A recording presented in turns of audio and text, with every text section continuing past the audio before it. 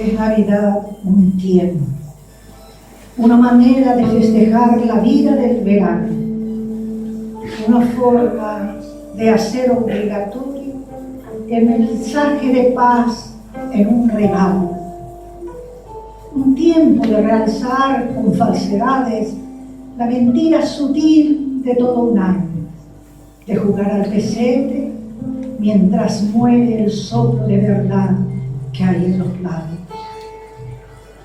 Navidad es llenar con luces blandas la penumbra de todo ser humano.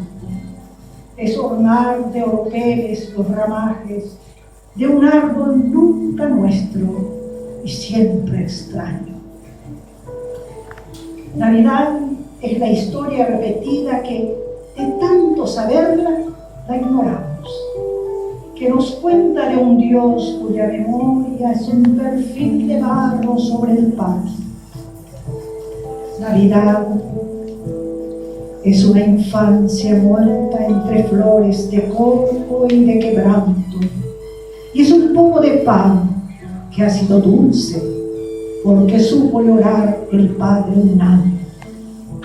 En esta Navidad, Señor, la nuestra, un recordar momentos y veranos, y es el tiempo preciso cuando el hombre usa y abusa de tu nombre en vano.